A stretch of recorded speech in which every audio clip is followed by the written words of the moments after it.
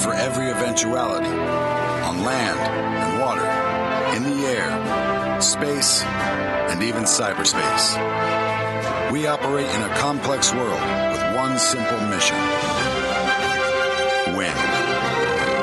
Visit GoArmy.com. The biggest names in college football play here. Powered by Pepsi. WGSX Lynn in Panama City. 104.3 ESPN Northwest Florida. There's no need to fear. The Underdogs are here. The Afternoon Underdogs are live in the Rib Crib Studios. What time is it? 104.3 ESPN Northwest Florida. Welcome into the Rib Crib Radio Room, and thank you guys for listening to another live edition of the Afternoon Underdogs on 104.3 ESPN Northwest Florida in the beautiful Rib Crib Radio Room. I'm David Hayes, along with Old School and killing it on the cameras with the split screen, my man. What's going on with you today, brother? Hey, just jazzing it up, baby. Just jazzing it up. I love it, man. You know who else is jazzing it up? The Jaguars and Shad Khan, man. They are firing Urban Meyer. We had just got done. Well, not just got done, but we were recording the podcast last night, and we probably got done about 9:30 or so. So I sit down, edit the podcast, play a little Call of Duty, and next thing you know, at about 11:01, I'm getting the notification, Jags fire Urban Meyer, which, I was thinking he was going to at least play out the year.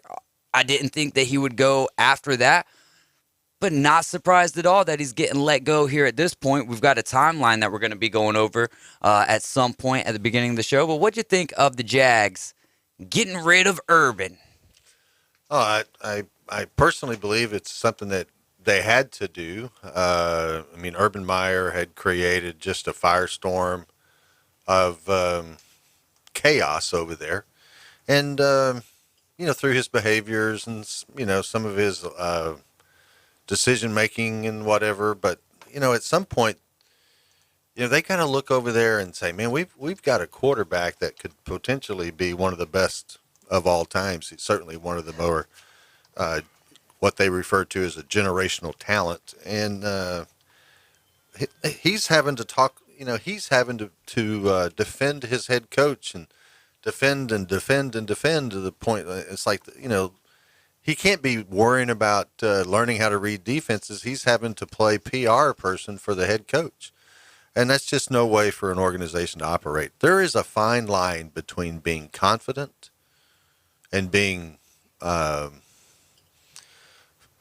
of yourself as far as your abilities, and being arrogant. And, I think he just walked over that line and then stomped on it. And his arrogance has really come to roost again.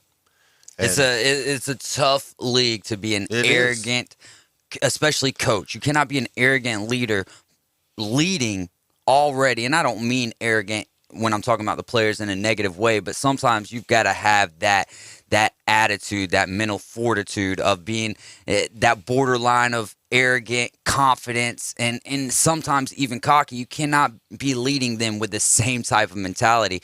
The Colts former Colts coach Chuck Pagano was on the Pat McAfee show, and he was saying, coaches or players aren't going to listen to you. They don't care about what it is that you know until they know that you care.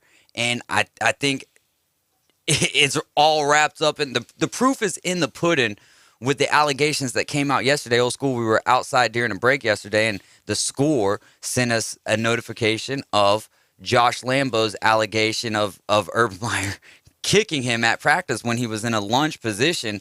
We'll go over that during the timeline that we're about to go over.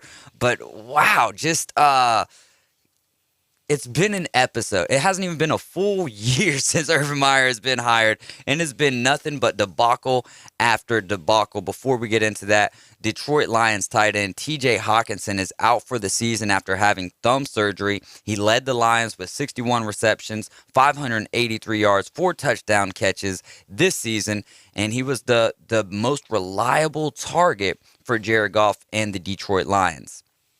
So they are definitely going to miss him, and I can tell you who else is going to miss them personally.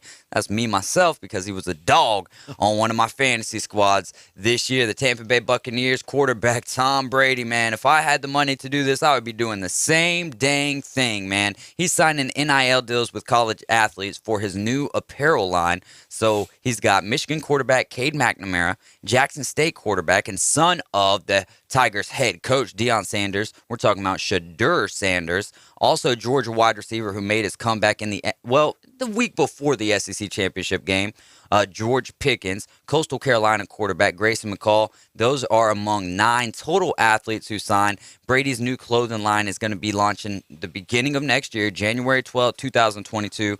First release is going to focus on training wear and casual clothing. So this is another NIL deal, and Tom Brady's a part of it, and you know these guys got to be excited to represent and endorse Tom Brady's new clothing line. You would certainly think so. I mean, it's anytime you can wrap yourself or somehow be associated with TB, his brand represents excellence, and that's what you want to be associated with. So good for these young people getting an opportunity to reflect that kind of quality of a brand. Texas A&M and the Aggies, Boston Tim, I'll let you speak on that whenever you're ready. I know Always that you're ready, there. baby. You go. All right, so tell me what you think about Tom Brady making things happen for young athletes and his new apparel line as well. Well, I mean, I think it's fantastic. I think that Tom is quickly, if he's smart, he's quickly going to take advantage of his brand and try to launch it like the Jordan brand. It would be very smart of him because of where he is at his career. He has the capability of not only taking his brand, but Under Armour with him. Because when you buy the TB12 stuff, you're also going to buy the Under Armour sneakers and things like that he also endorses. So he really has a big opportunity here in the marketing world to take over, a section, a niche, if you will. And it's starting with the NIL, I think, is a great decision to. You said he one of his initial 9 players was, of course, the quarterback at Michigan, where he came from. So how fitting is that? Yeah, he's that's also, really cool. Continuing to build bridges with the university that really brought him to where he is today. Tom Brady ever coached the Michigan Wolverines later on in life? No. I don't imagine so. I imagine with the career that he had, it would be an unwise decision for him to do anything as far as a record would go in sports in the future, because why tarnish what's so unbelievably nearly immaculate? Front office ambassador type for the league, maybe? Yeah, CEO, somebody, a big name, or maybe, and most likely what I would assume is that he would probably just end up purchasing a team. I was just about to say, why not buy a team and call them the Tom Brady's? They could be be the 12ers. The TV 12ers. Everybody on the team's got to wear 12. Oh, if the NFL could pass some rules to make that happen, it would at least be humorous. Texas A&M and the Aggies yesterday pushed past Alabama and Georgia for the number 1 ranked class on the first day of early signing period. Like I said, we still have today and tomorrow for things to shuffle out. We haven't heard the latest from former LSU quarterback Max Johnson and where he'll be headed to next out of the transfer portal. LSU quarterback, who was in the transfer portal, Miles Brennan, exits the college football transfer portal. He's going to be playing for LSU and the Tigers in 2022. So Coach Kelly must have said, "Hey man, you're family. You've got to stick around here." And then Michigan State's Kenneth Walker is going to be skipping the Peach Bowl. He'll be entering the NFL draft, and so that changes my pick dramatically, siding with Pickett until he decides I'm not playing in the bowl game either, and we'll figure it out from there. Russell Westbrook also in COVID protocols. We are going hammer with the protocols right now. But the Lakers also signed Isaiah Thomas, who made his G League debut last night, 42 points. So he's back with the Lakers. We'll see how that all works out. And COVID is wreaking havoc on the Miami Dolphins right now. Jalen Waddle pops on that list today, and he's the latest member of the Dolphins offense to land on the reserve, along with Phillip Lindsay, who is newly acquired from the Houston Texans, Myles Gaskin, and Salvin Ahmed. So they really don't got nobody to tote the rock outside of Malcolm Brown. And you also have on the defensive side of the ball, Jevin Holland, who's been having a heck of a year. You're listening to the Afternoon Underdogs on 104.3 ESPN Northwest Florida. Old school, tell me where we're at. Well, we're in the Rib Crib Radio Room, and we're on the radio at 104.3, streaming live on Facebook and YouTube, as well as Twitch. And our partner over in the Pensacola area, blabtv.com. Be sure and like and share our Facebook page and subscribe to our YouTube channel. Download our new app, which you will love if you do. Just sign in and register at 104.3 ESPN Northwest Florida. MMG Trivia, brought to you by Merchant Management Group. That's right, guys. So check us out today. You got the 5 gift cards that you can receive by joining us today for trivia, brought to you by Merchant Management Group. The 5 will be Dandy's Donuts, Javier's Mexican Grill in Chipley, Paparazza Pizza in Delhi, Skins and Bubba's in Chipley, and also Simply Seafood. So if you're a business owner, take a minute to check out how much you spent on credit card processing fees in 2021. If you want to eliminate those fees this year, then call our friends at Merchant Management Group at 850-747-0664. They're located right here in downtown Panama City. All right, man. I've been fiending for some baseball. I know I won't be getting it probably in April at this point, the way that the union and the owners are conversating at this point. So who was the first U.S. president to throw out a first pitch? Who was the first U.S. president to throw out a first pitch? That's the trivia question for today, and the line to call, 850-215-6290. And we're feeding families, teaming up with Arrow Pest Control, Kirkland Insurance Agency, and Rib Crib Barbecue, feeding families for the holidays. If you know a family in need, text us, nominate them by sending a story to us at 850-215-6290, or call in, tell us the story on the air, send us the contact information, and we will help you help other people make the holidays a special time. Let's get into this timeline of Urban Meyer and everything that went on. Old school, start us off with February 11th and the whole debacle with Chris Doyle. Well, Urban Meyer hired Doyle to serve as his director of sports performance, strength and conditioning. He had spent 2 decades at Iowa and was highly regarded there, but he left with some allegations as to some racist comments and belittling comments towards players. And, for him to get hired, it was just a rough way to get started, and he ended up resigning the day after the Jags hired him. So his tenure was even shorter than the head coach's. And then we know, just after that, April 29th, the NFL draft, the decision to, it was talked about everywhere that he chose Travis Etienne in the first round after, James Robinson, had such a great breakout season the year before his rookie year. Even as an undrafted, you don't just, make that decision to jump out there and grab a Travis, especially as high as you did. So I know that was also an issue right there, again, April 29th on the draft. I don't know if that's directly in line with the timeline, but I wanted to jump in there and mention that as well. Did you have something between February 11th and April 29th? No, nothing in between there. April 29th, the next one. That was is the NFL draft. Period. This article, right. That short couple of weeks. Yeah, a couple of weeks, right? Yeah, this is a timeline brought to you by thescore.com. They do a great job keeping us up with sports. Let's get over to the phone line, play some trivia. Caller, who was the first U.S. president to throw out a first pitch? Howard Taft.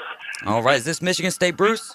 You got it. Michigan State, Bruce, you're absolutely correct. Do me a favor and text me to 215-6290 which restaurant you would like your gift card to be to out of Dandy Donuts, Javier's Mexican Grill in Chipley, Paparazzi Pizza in Delhi, Skins and Bubba's also in Chipley, or Simply Seafood. Okay, I will. All right. Also, I got a question for you because this has been bothering me the last couple of days because there's so much COVID talk. Have they done any testing on these players for natural immunity? Because both the Mayo Clinic and the Cleveland Clinic have came out and said that the natural immunity is about 6 times stronger than the vaccination. And I was just wondering if there's any testing on these guys for this beforehand, because that should change them to at least into the vaccinated status if they weren't vaccinated. That's a great point. You and I both know how hard it is to come across the truth in some of these things and what the actuality of it is. Michigan State, Bruce, one thing I did read yesterday is that the majority of the players that are testing positive right now are asymptomatic. So that to me screams, all right, are we living 100% in fear, or I just leave it at this, Michigan State, Bruce? I didn't study medicine, so I don't have a clue. I'm just living life just like you. I'm just like Lou, but not on number two. Exactly. Hey, thanks for the call, Michigan State, Bruce. I'll text you what I want. All right, that sounds great. Yes, sir. Thank you so much. Hopefully, Michigan State can get the win in their bowl game against Pittsburgh, even with the lack of very talented running back in Kenneth Walker. We're going to take a quick break, and when we get back, we've got a special thing to bring to the attention of our listeners. We'll be right back. You're listening to the Afternoon Underdogs on 104.3 ESPN Northwest Florida.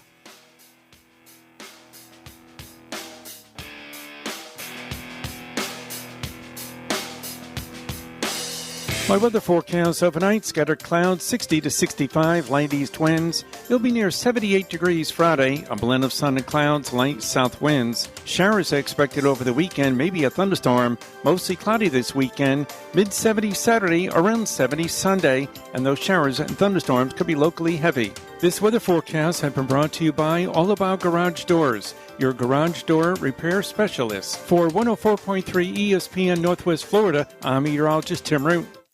104.3 ESPN Northwest Florida is your radio home for live and local sports coverage. For the most high school and college sports from right here in our local area, it's the Coach James Hale Show, weekday mornings 7 till 9. Then the ride home is alive and kicking with the Afternoon Underdogs, covering the gamut of sports. Plus, you can win free prizes from amazing local businesses every weekday from 4 till 6. Your local sports station is ESPN Northwest Florida. I'm Matt Glover with Aero Pest Service, and we are your family-owned and operated pest control company in Bay County since 1977. Did you know bed bugs are hitchhikers and you can pick them up anywhere people congregate? Churches, restaurants, buses, and movie theaters? Call us today and we'll guarantee you a treatment process to get rid of your bed bugs. Give us a call today at Aero Pest Service, 850-874-1900. Dr. Chad Mitchell, orthopedic surgeon specializing in sports medicine and joint replacement of the knee, shoulder, and hip. He serves our local athletes and our community. Southern Orthopedic Specialist has been the leader in orthopedic care for over 20 years. New patients are welcome. Call 850-769-KNEE to schedule an appointment. More about Dr. Mitchell and Southern Orthopedic Specialist is available on their website, southernorthopedic.com. Southern Orthopedic, getting you back in the game. It's beginning to look a lot like Christmas, and you can do all of your Christmas shopping in one location, That Boot Store. Choose from famous name brands of boots, shirts, belts, and more with all the accessories. Kids' boots are 10% off till Christmas at That Boot Store. In a hurry, stop by and pick up a gift certificate. Remember, Jesus is the reason for the season. Open Tuesday through Thursday, 9 to 5. Friday and Saturday, 9 to 5:30. That Boot Store, next to Billboard Key on 15th Street. Live from the Rib Crib Studio. When you want a big-time sports show, tune in for the Afternoon Underdogs. I'm going to send you up against the best. Weekdays from 4 till 6. Negative, Ghost Rider. The need for speed. 104.3 ESPN Northwest Florida.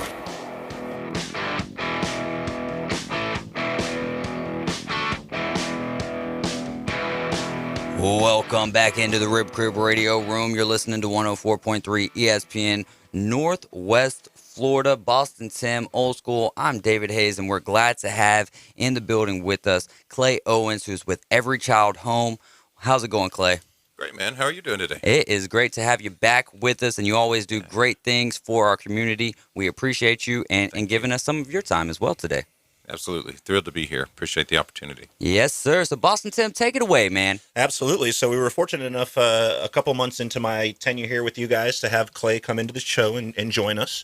And if we'll jump into that real quickly, we'll have Clay tell us exactly what he does, and then I'll jump back into a little bit about our story and what we're going to be getting into soon. Mm-hmm. So, Clay, tell us a little about yourself and what you do.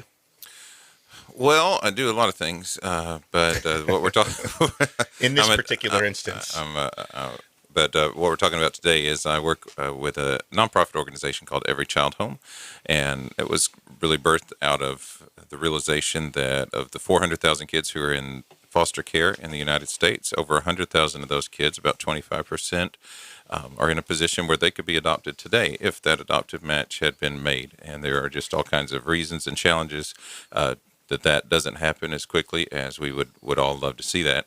That's it. But we try to educate, we try to raise awareness of that situation, and then as families are interested in adopting, then we are a resource to them and help them in any way we can through that process. And we just in general support the foster and adoptive communities however we can, and so that's what we're doing this weekend with our Christmas event, Christmas for Kids. And so the event will be coming up this Saturday. It'll take place from 1 o'clock till 3 o'clock. And tell us a little bit about the event and what are our needs coming up on these last 2 days before the event? Yeah, it's going to be a really, really cool event. We're going to be at the barn at the Wicked Wheel. The Wicked Wheel, Pineapple Willies have been gracious partners and helpers and have provided that space for us. It's going to be a great space for the event.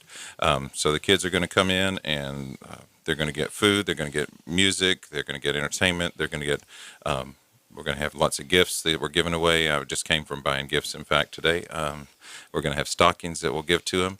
And then we're a really special thing that I'm excited about. Santa Claus is going to be there. Santa is coming down from the north, and he's going to be visiting with us. And we have a professional photographer who's going to be there to take photos with these kids. That's something that maybe sometimes gets overlooked, or not overlooked, but something that they may not have the opportunity to get while they're in care. So we're going to get that professional photo. We'll email it out and give them a memento. Well, you must have some pull because, I mean, it's a busy time of the year for Santa. So to get on his schedule, that's a tall pick there. Well, we told him what we were doing, and he loves these boys and girls, and yes, so he wanted to be there. He made sure he would be. That's awesome. That's amazing of him and you guys to all put this together for these kids. And now we were talking earlier, and you said that there's around 400 kids currently in foster care locally. There are 400 kids in Bay County, a little more, who are in foster care. Now that's 400 kids who are from Bay County. The number that are actually in Bay County is going to be a lesser number because we have a shortage of foster parents here. So if that's something that you're interested in out there and you're listening and you're thinking, hey, maybe I could get involved in some way, we do need foster parents always. So reach out. We'll be glad to put you in touch with the people who can get you into the foster parenting. But we have about 100 of those kids already signed up to attend. So just a huge percentage already. And we're just expecting a great turnout. Absolutely.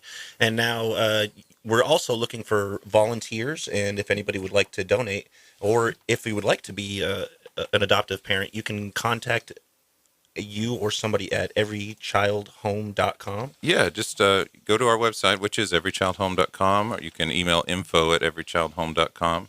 We'll help you find out how to get involved, whether that's volunteering, mentoring, adopting, fostering. We have information, and if we don't have the information, we can find it or point you to the right people.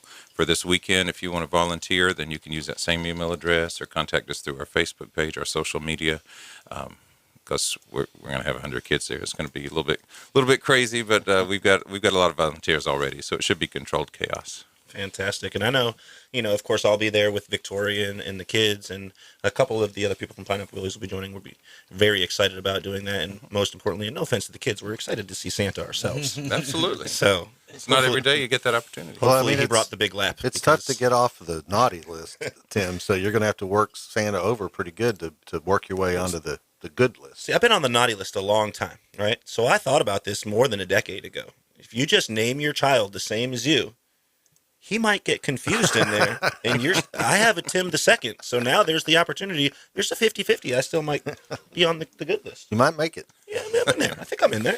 Well, I mean, an event like this, it's not easy to put an event together like this where you're 100 kids, you're going to be providing gifts, you're going to be doing a lot of things for them.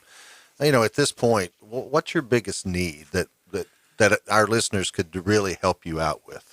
Sure. Well, it has been nuts because originally we were going to be at another location. We were going to have even another date, and then that fell through. The things that were aligning for that just didn't happen. So we had to try right here at Christmas time to find another location. It was not easy, but as I say, the folks at Wicked Wheel at Pineapple Willie's, they were just gracious and said, "Hey, here's a spot for you. We want you to do this here."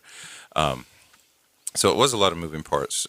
So if people want to volunteer, they can. That number keeps going up. So if we need to go out and buy more gifts, donations are always helpful. You can go to everychildhome.com/donate, or there's a donation portal on Facebook. Or you can just bring us some toys. Send us a message and say, "Hey, we've got some toys that we want to share with you." We're glad to take those and to share them with the kids on Sunday. Now, are the toys, they need to be new, or? All the toys we have are new. Yeah, we're giving them just brand new toys. A lot of them are in the original. Well, I mean, if they have packaging, they're in the original packaging. Well, that's awesome. Yeah, I think it's a great thing. Sometimes it's a great way to introduce your kids, if you have your own natural kids, into the specialness of giving.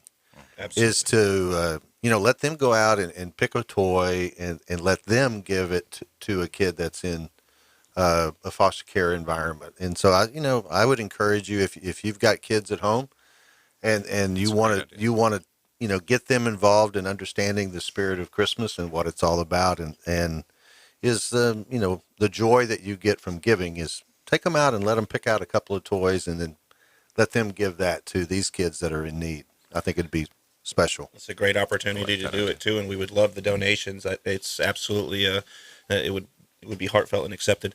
I know that we're going to try to do something a little bit for you guys as well. My wife and I, so we're excited to be there for you guys.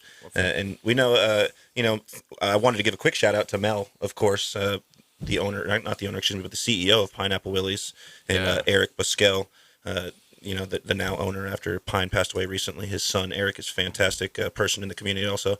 They, of course, are the ones that are allowing us to use the barn, so fantastic of them to do that. So thank you guys very much. I know that you guys don't want the thanks, but I'm giving it to you anyway. Well, we're so appreciative. The restaurants and the Busquel family have done so much for our community, and we're very grateful. Absolutely. So, Clay, tell me a little bit how you got into this program. Well, about 5 years ago, we moved here, a little more than 5 years, in 2016. We came to Panama City, and we had always thought about fostering. It was something that was just kind of on our hearts. We didn't really know what to do with that. And after we moved here, there was a big need for foster parents, as I say. And so we said, well, we're going to start fostering. We took the classes. We started that, and we became foster parents, and we started going to court cases for our foster kids. And as we did, we'd wait until it was our turn, and as we were waiting, we'd see case after case of kids, and we just really began to understand the depth of the situation and what these kids were going through, and saw many kids who their parental rights had already been terminated, and they were in just that holding pattern of waiting for all the cards to be right and everything to come together for them to be adopted. So that really, when the opportunity last year came to be a part of what Every Child Home does, and to try to meet that need and let people know, hey, this is something that is important, and it's not as unattainable as you think. It's not expensive. It's not that you have to be a certain age or a certain marital status or all these things that people get hung up on, and they don't even make the call or try because they think I'm not qualified. Well, you may not fit this box, but you may fit the box for this other child. So, or if you can't adopt, maybe you can mentor, you can do these other things and get involved. There's so many needs. And I fully believe that we can reach a situation where we don't have 100,000 kids waiting, but we have the hundreds of thousands of families who are just waiting in line. And when a kid becomes eligible for adoption, hey, here's you a home. Yeah, how nice would it be if we could, be one full community and flip that, have the reciprocal happening, just the complete opposite, and have the numbers the opposite way, like you said. What an ideal. And we believe we can. Just it's a matter of letting people know how they can get involved. Absolutely, and communication is the key. And that's one big thing about the internet nowadays, that we might not love that technology, you and I old school, but you can change people's lives not only right here in your community but across the world. And you can do that simply through communication and knowledge. Well, and technology can be a big part of that. Right now, every state and lots of times the different regions or counties within the state have their own ways of handling the adoption system, the foster care system. and we have a concept that we're working on now for a software platform that would allow all of these different agencies who do their own thing their own way to communicate, so that if there's a family here that would be a good match for a child in Connecticut or in Arizona, then they can quickly identify that and make that match, so that we're taking down those roadblocks and those boundaries that really don't have to be there through technology. Well, I want to thank you again, Clay Owens from Every Child Home, for joining us here and letting us know about the upcoming event, Santa for Kids with Santa. Is that right? Christmas for Kids. Christmas for Kids. Santa Thank will you be very there. much. But Santa will be there, and if you want to help out, donate, volunteer, or if you're looking to foster a kid, you can go to everychildhome.com and just go through the website and figure out your way through. It's relatively simple to do. Again, thank you very much, Clay Owens, for joining us. The event, again, will be Saturday. That's right. At the barn. Oh, Sunday. Excuse me, Sunday at the barn. We have changed the date. Sunday at the barn from 1 to 3. Yes. All right. Thanks, Clay, for stopping by. We're going to be right back, and we'll be talking with Chris Amberly, sports writer and editor for TSN and Sports Betting Dime. Stick with us. ESPN Northwest Florida. The Dan Patrick Show, weekdays from 9 till 11. If you believe in moral victories, you got one if you're a Buffalo Bills fan. Now, when you start to think of moral victories is usually when your team is not very good. Buffalo's 7-6. You know, when you start to think about, okay, are they a Super Bowl team? I didn't think so to start the year because I thought they were too self-reliant on Josh Allen. The Dan Patrick Show, weekdays 9 to 11 on ESPN Northwest Florida. Bill Bird Kia would like to say thank you to our customers for the support this year. We will continue to be your local community dealer. Stop by today and test drive a new Kia and see why we have the best overall buying experience anywhere. You can take your holiday adventure in a new 2022 Kia Sportage. Purchase a new 2022 Kia Sportage during the Command the Season holiday sales event and get up to $750 cash back. Bill Bird Kia appreciates you and will treat you like family. Bill Bird Kia is the original home of the 20-year, 200,000-mile warranty. Stop by 2435 East 15th Street, Panama City, or anytime at BillBirdKia.com. You'll enjoy the way we do business. Not all incentive programs are compatible. Limited time offer and for well-qualified buyers. See dealer for complete program details. The 20-year, 200,000-mile warranty is a Bill Bird Kia warranty. Must take delivery from dealer stock through 1/3/22. Hear that? That's the plumpest, juiciest hot dogs you've ever seen getting their grill on. But we both know what'll make it sound even better. Oh yeah, it's a Pepsi to go with your hot dog. Because when you're chomping on America's favorite meal, relish, mustard, and onions perfectly blending into a crescendo of flavor, there's only one thing that makes everything about that moment better. A cold, refreshing Pepsi. See what I mean? It's like music to my ears. Hot dogs. Better with Pepsi. That's what I like. You know that sound anywhere. It's the crisp crunch of that first nacho chip. With its perfect cheese to sour cream ratio sitting atop a layer of delicious beans, it's a sip away from perfection. That's what we're looking for. Add a delicious, refreshing Pepsi and we've achieved absolute nacho nirvana. Because while you can pile those nachos high with every spicy, cheesy, savory topping, there's no topping a cool Pepsi finish. Nachos, better with Pepsi. That's what I like. Live from the Rib Crib Studio. Doing what other stations can't. The Afternoon Underdogs is live and local. 850-215-6290. Always be sure to listen for the dial tone. 104.3 ESPN Northwest Florida.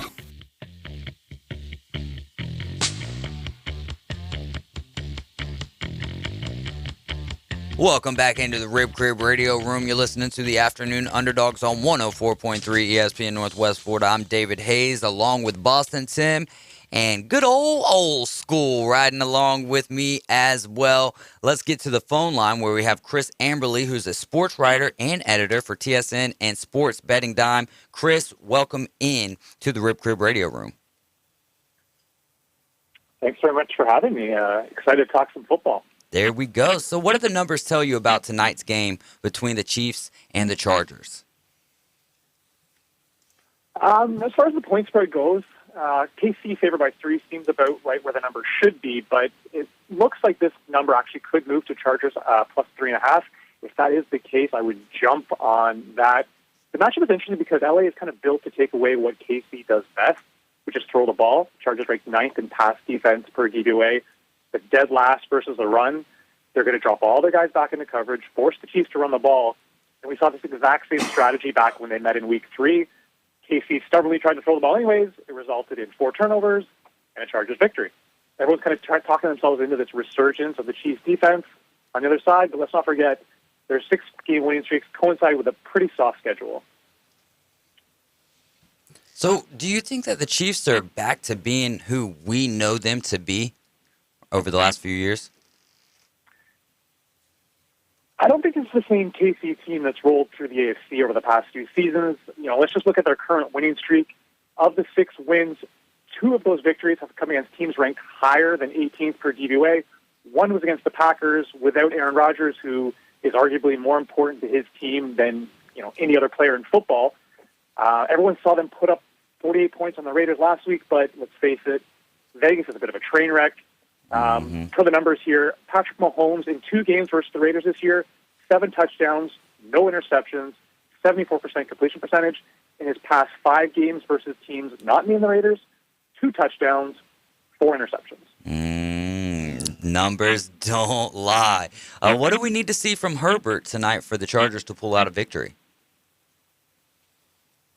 We need to see him continue to throw the ball downfield. There's a stretch back in the middle of the season. LA was 1-3 during a 4-game stretch. Herbert was throwing almost exclusively underneath. A lot of short passage, averaging just over 6 yards per attempt. Over the past 4 games, that has kind of switched. 3-1 over that stretch. He's averaging 8.5 yards per attempt, 11 touchdown passes. He's got a really strong record versus KC, averaging almost 300 passing yards per game. He's got an 8-1 TD to INT rate against him, and a 2-1 record overall. I think he's going to have a big night. Ooh, that sounds good, man. You're making it interesting for us on the show because we'll be making that pick here at 5 o'clock. So how do you see the NFL? If you can get Chargers plus 3.5, you got to jump on that. Chargers plus 3.5. You heard it here first from Chris. Chris, I wanted to ask your opinion on how you see the NFC West playing out. Who do you think is going to win that division? I've kind of been of the mindset all along that Arizona is a bit overrated. And now, after that Rams victory on Monday Night Football, there's a strong chance that LA can actually overtake them down the stretch. The Cards play at Detroit this week, which, let's face it, that's probably a gimme. But they do finish with 3 tough games versus the Colts, Cowboys, and Seahawks. It's not inconceivable that they could go 1-3, or maybe even 2-2 down that stretch over their final 4. And if that happens, that opens the door for LA to overtake them. DeAndre Hopkins, we just found out, done for the regular season. Both Cardinals running backs are banged up. Kyler Murray seems to be kind of running out of weapons here. LA, on the other hand, all their COVID issues notwithstanding, they're loaded on offense. We saw them put on a show last week on Monday Night Football, a good reminder of how good they can be when everyone is healthy. Beckham's clicking. Cooper Kupp is arguably the best offensive player in football right now. I mean, I like the Rams here. So, given all the news that has been going on today about Urban Meyer's dismissal from the Jacksonville Jaguars, do you think this gives the Jags a chance of playing a better style or a better brand of football through the remainder of this year as well as next year once they have a new coach? It can't be any worse, right? I mean, you guys would have a better idea of this being in Florida, but it really seemed like he was actively trying to get himself fired. If nothing else, this should be a major upgrade for Trevor Lawrence. I mean, we've seen in the past how playing for a really dysfunctional organization can derail a top draft pick's career. I mean, look no further than Sam Darnold with the New York Jets, right? Which is kind of why this is so important that they actually get this next hire right. I know the narrative back when they hired Meyer is they got the narrative right, but that couldn't have been further from the truth. Maybe without Meyer now, they'll actually get James Robinson more involved, who, in my opinion, anyways, is probably their best skill position player. It is interesting. So Jacksonville, they opened as a 3.5-point favorite over Houston this week. Meyer gets fired. All of a sudden, the line moves in Jacksonville's favor. They're now minus 5.5 over Houston, which obviously the market thinks that Urban was actively, holding this team back. But again, I think the most important thing is they get this next hire right. They've got to bring in a coach who understands how to develop a young quarterback. if I were in their position, I would be, throwing as much money as I could at Bills offensive coordinator Brian Dable. What he's done with Josh Allen up in Buffalo, obviously understands how to develop the quarterback position. He could be, the kind of the savior that, fixes what's going on down there. Joining us again is Chris Amberly, sports writer and editor for TSN and Sports Betting Dime. Thank you for joining us. We appreciate that. I wanted to talk to you a little bit about the upcoming Dolphins game Saturday, 2.5 points that the Patriots are getting here after being on a roll and a bye. Can we talk a little bit more about that? And what do you think the results will be of that game?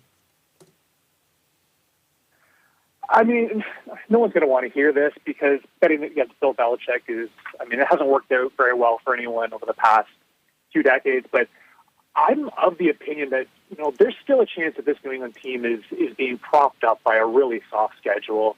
They've won 7 in a row, sure, but let's see who they've beaten. They beat the Jets twice. They beat the Browns without their top 2 running backs. They beat a Titans team that was missing Derrick Henry, A.J. Brown, Julio Jones. They beat the Falcons on a short week. And they beat the Bills last week, which on paper looks, fantastic. But, the game was played in a windstorm, right? I mean, the elements had a huge effect on how game flow went down. The Bills had 4 red zone trips, came away with 10 points. Credit to New England's defense for clamping down. But if that game is played in any other kind of condition, I think Buffalo comes away with a victory. Now they go to Indy, who is a very underrated team. Top 9 per giveaway in both offense and defense. This line opened actually New England -1. Sharp money has bet it all the way up to -2.5 in Indy's favor.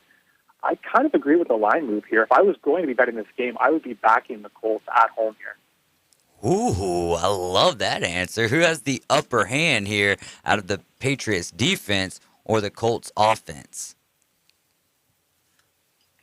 On paper, it will say that New England's defense has an advantage, although it's just a slight one. Again, New England top 9 in offense per DVOA.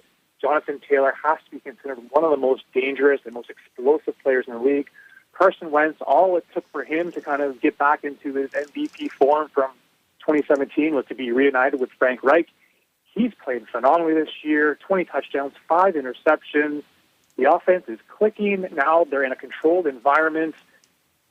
As good as New England's defense is and has played, again, it's been propped up a little bit by a soft schedule here. I think Taylor's going to run wild, and, Wentz is going to be successful as well. Lots of play-action opportunities for deep plays. I'm leaning Indianapolis in this situation. Is there a play with Carson Wentz that you really like that you think could be a good investment for some of our listeners? In terms of, what do you mean in terms of like a prop or? Yeah, a prop bet.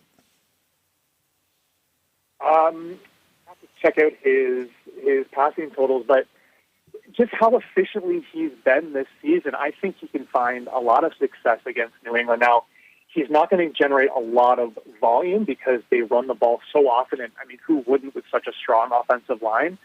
But when he is given his opportunities to drop back, he's going to find success. And I bet you, if just off the top of my head, I bet you we're looking at a TD prop of 1.5, probably slightly shaded towards plus money on the over. I wouldn't hesitate towards backing that. He has shown a propensity to throw the ball once they get inside the red zone. He's got a couple of great options in Michael Pittman and T.Y. Hilton's healthy. He likes to lean on his tight ends. And Jonathan Taylor, too, is a very capable pass catcher. So I would lean towards over 1.5 touchdowns for Carson Wentz in this spot. Well, Chris, as the afternoon underdogs, I think it would be a poor decision for us not to ask you who you think the best underdog is for this weekend. For me, it's the Steelers. They kind of threw everyone off their scent last week with the egg they laid in Minnesota. No one wants to back this team right now, but they're getting a point at home against Tennessee, who, they're all out of elite skill position players, aside from Julio Jones, who, let's face it, he can't stay healthy even when he is active.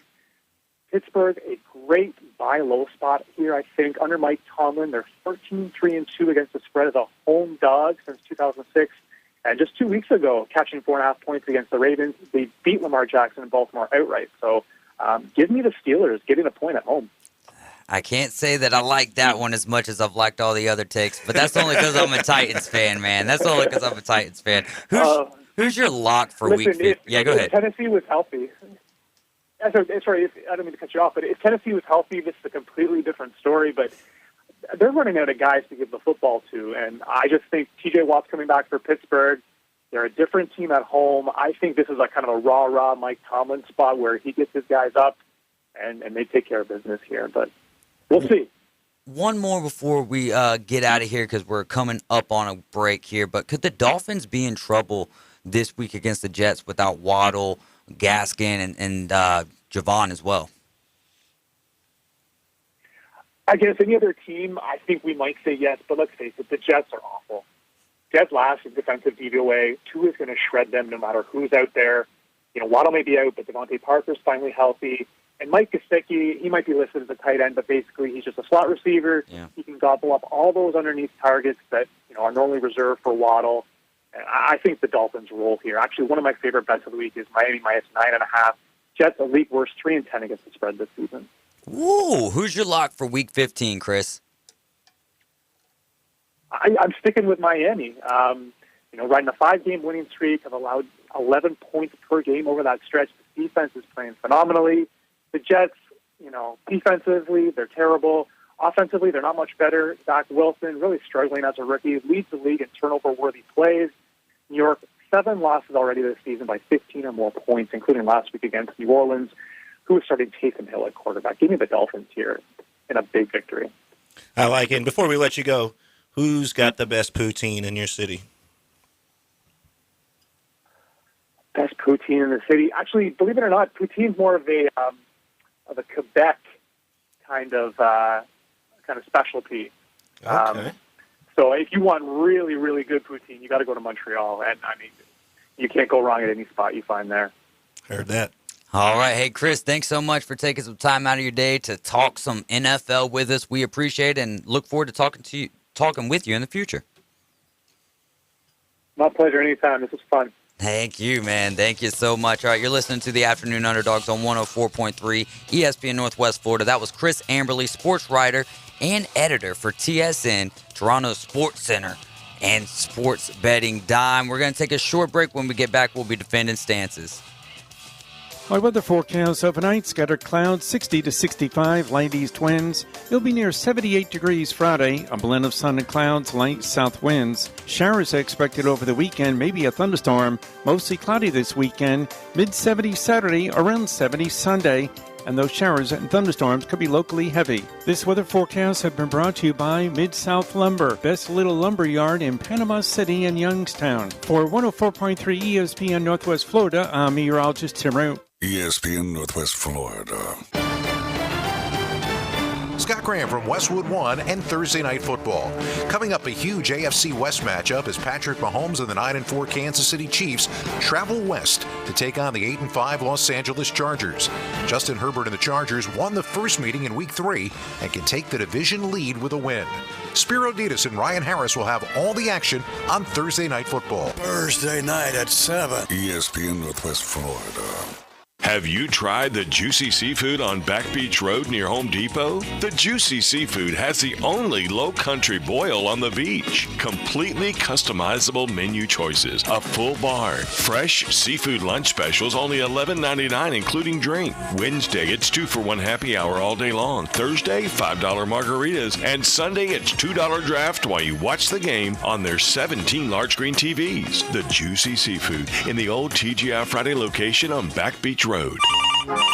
Hello, Tracy's Fine Jewelry. Hello, Tracy. It's Santa. I'm so busy this year, I really could use your help. Absolutely, Santa. I'm happy to help. This year, I want to make sure everyone gets what they ask for, and I know Tracy's Fine Jewelry has the largest selection at the lowest prices. We sure do, Santa. We have some of the hottest trending styles around, and our cases are packed full of great deals. Ho, ho, ho, Tracy. I knew you wouldn't let me down. Folks, shop where Santa shops at Tracy's Fine Jewelry.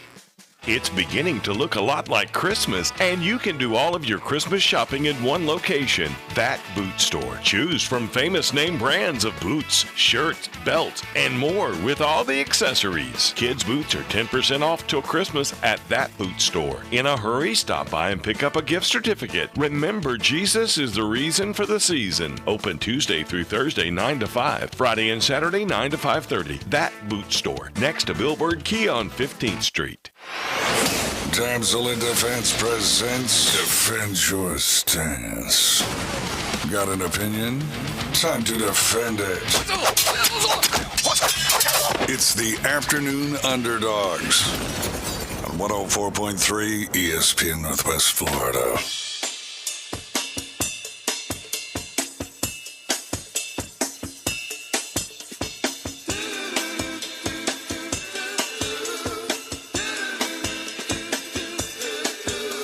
This is Defend Your Stance. You're in the Rib Crib radio room, tuned in to 104.3 ESPN Northwest Florida. And what's coming out of your speakers right now is the Afternoon Underdogs. I'm David Hayes. We've got old school Boston Tim along with me in this Defend Your Stance, brought to you by Emerald Coast Damsel, independent damsel pro for damsel in defense. I pity the fool who doesn't use our tool. Caveman Rick, Adam Goff.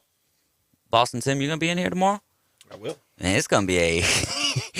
I'm sitting on the couch tomorrow, man. Wright State Chris, Adam, Goff, Caveman Rick, Boston Tim, old school. Man, where I'll be at the house. Thank you guys for covering me. I greatly appreciate that. I'll be send my Christmas wishes to all of you, and that's also my Thanksgiving. Thank you guys. Appreciate that.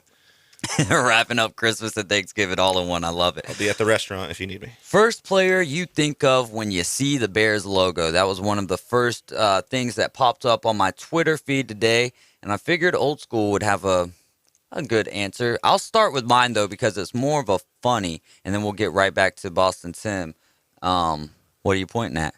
Sweetness. Oh, okay. Oh, you're pointing up there to the I got you. Yeah. So the one that sticks out to me the most from my younger days, like watching football with my dad, talking football, William Perry, the fridge.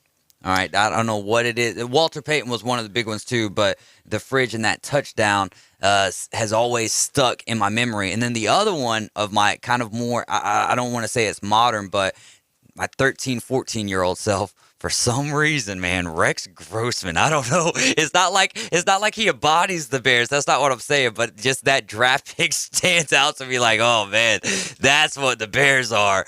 Rex Grossman. What you got, Old School? That really explains the last 30 years of the Bears, though, doesn't it? It does, really. when you can leap so far as to say that the embodiment of the Bears organization is Rex Grossman. No, I don't. I'm not saying that. I'm not saying that he does though, right? He does kind of embody the later years. Well, listen, mine is so far off that it's not even sports related. That when you just asked the question before you said player, the first thing that popped into my head is Chris Farley.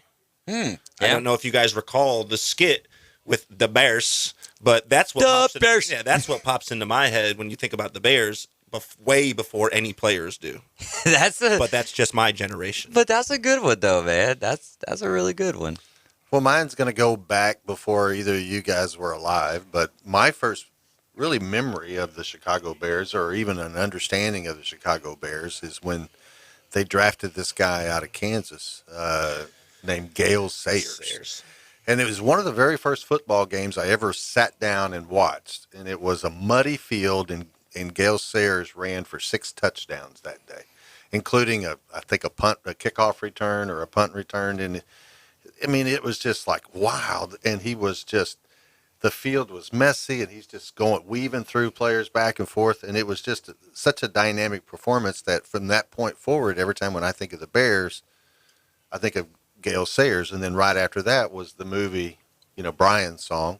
Right. And so it's just whenever I think of the Bears, I immediately think of Gale Sayers. Kyle Albritton says Brian Urlacher. Yep. I mean, you talk about the guy who embodied the real Bears, even though he was past the real Bears. He really did carry on the tradition You know, then of you got 70s and then, 80s yeah. Dickas. And, But Mike Singletary, especially the on the sidelines where he was yelling and talking, and when they had him mic'd up, gonna be here all day, that kind of. But he was just such a great middle linebacker that Mike Singletary certainly comes to mind. What about the shuffle? That's Chicago Bears, right? That was Chicago Yeah. Bears, but that's been trying to be blocked out of most people's mind. That was just I mean, I don't know how that idea ever got started, but it was a bad idea. That's a bad idea. It lives on in infamy, though, especially for us younger kids with the Twitterverse, man.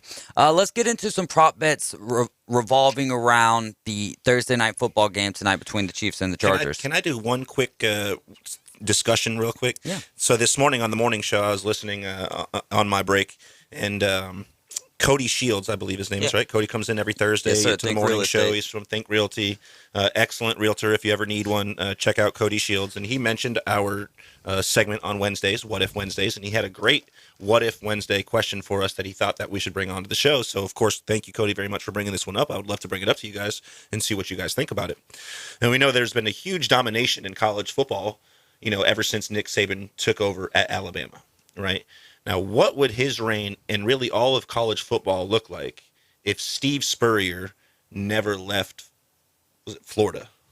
What would it look like? Because he was as dominant as you see Saban right now. What if he chose not to ever leave there and continued on with the tradition that he had been building? What would college football look like today?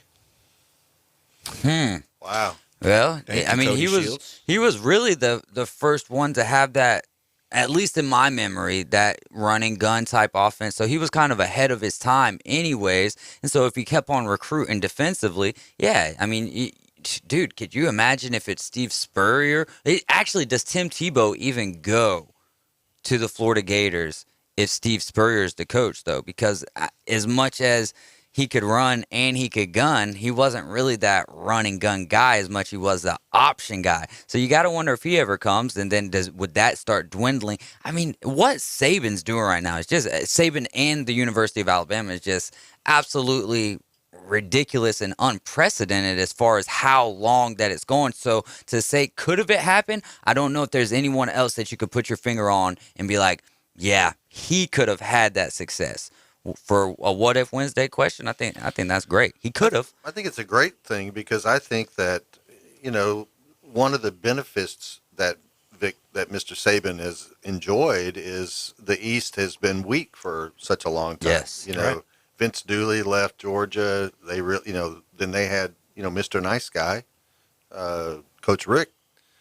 And then Florida went through their times after Urban Meyer left. So there was a lot of times where, Nick Saban and Alabama was, they were able to get whatever recruits. I personally think that it would have cut into the number of, significantly, the number of national championships that Alabama got. Because Agreed. that offense that he brought in, the fun and gun, was so revolutionary. And he was not afraid to change a quarterback in the middle of the game. In fact, in the middle of a drive, if he saw something that he didn't like from a quarterback, he'd just put the other guy in. And the other guy that came in is just as good as the guy that was out there. Absolutely. I mean, and you look, that was what was amazing, was his ability to develop quarterbacks was what Steve Spurrier did great. And took guys that were not that physically gifted and made them great college quarterbacks. Yeah. And I think, being a Heisman Trophy winner in himself was also huge in the college rankings. When you can have that award, you can literally bring your Heisman with you on a recruiting trip and be like, do you want to have one of these one day? You know what I mean? Yeah, especially if That's you're a doing pretty it like Alabama. recruiting technique right there to have that. With your Alabama, you can, or there's a few schools. I mean, even Oklahoma, right? They can walk you into a room full of them. With Alabama, you got 4 now, and they didn't even have one when I was growing up. You know, But can Saban bring one in there and say, this is mine? No, I earned Saban this. can't do that. So Spurrier did have that edge on him. There's It's a minimal accolade, but it is one. Yeah, that but you what's can more utilize. impressive, playing for someone who won the Heisman Trophy? Yeah, that's a great player, but then when you see him coming in at almost every other year type rate, the kid's not worried about, in my opinion, playing for someone who's got one, but rather getting their own. So how many Heisman winners does Spurrier have? One, right?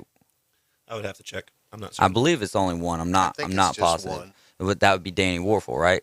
Yeah, so yeah, and he took off when 2002 and 2003 is when he was with Washington. So, man, you think about it, if he pushes off, 4 more years and is still holding on to that job there, who really knows what would be happening? Because that Alabama-Florida rivalry, when it was Meyer and Nick Saban, was huge. Right. But if it was, who was the last team in the East to beat Nick Saban? Steve Spurrier. No, Steve Spurrier, South Carolina. Yeah. Steve Spurrier. Yeah. Right. Yeah, 2015. Man, that's such a great question. Yeah, it was, right? Even if he we just didn't want to show everything, just like y'all. Right. Even if he stayed those last 3 or 4 years, and never went to the NFL and stretched it out a little bit longer, does Saban even come over to Alabama? Ooh. What if he just loses and doesn't go to 2 more championships? What if he's just at 4? Is he even in the conversation for greatest coach of all time anymore? I mean, there's so many things in that butterfly effect that could have really deviated how things are right now. It's an unbelievably great question that Cody gave us. It was, man. We are out of time for this segment. When we get back, we'll do our 5 at 5, and we'll get into some of the prop bets around Thursday night football tonight. You're listening to the Afternoon Underdogs. Stick with us.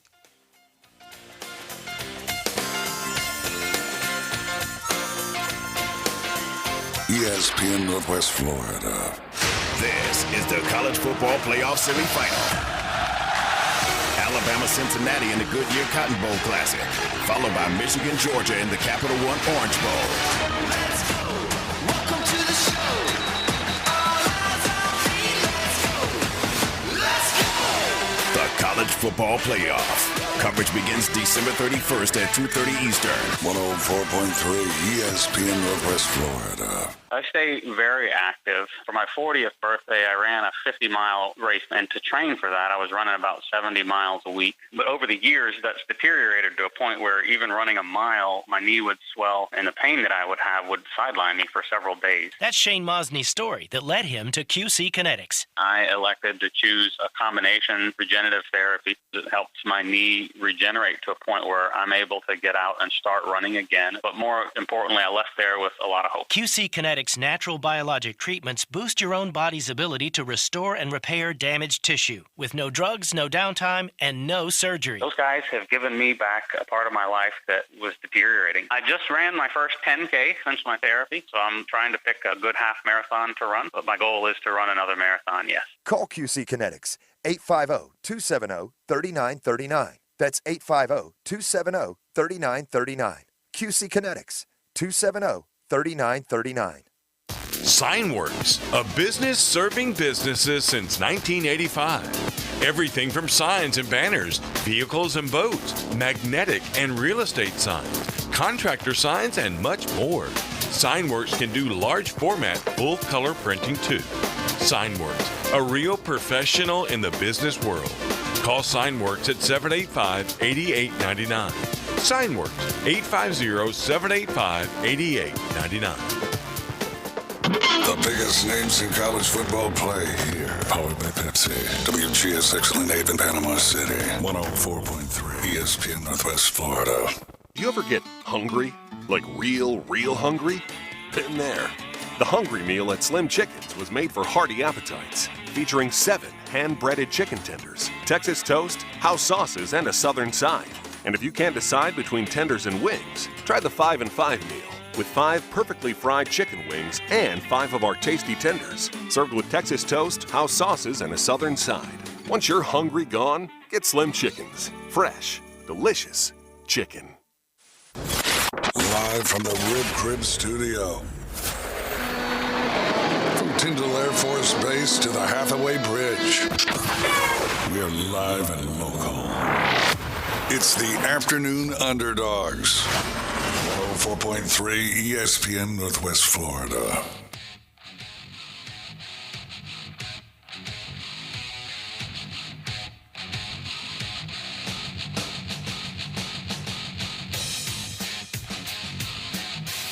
Welcome back into the Rib Crib Radio Room. It's the 5 at 5 with the Afternoon Underdogs on 104.3 ESPN Northwest Florida. Last night we had the Lakers and the Mavericks. The Lakers won that game 107-104. I believe Old School was the only one to get that one right.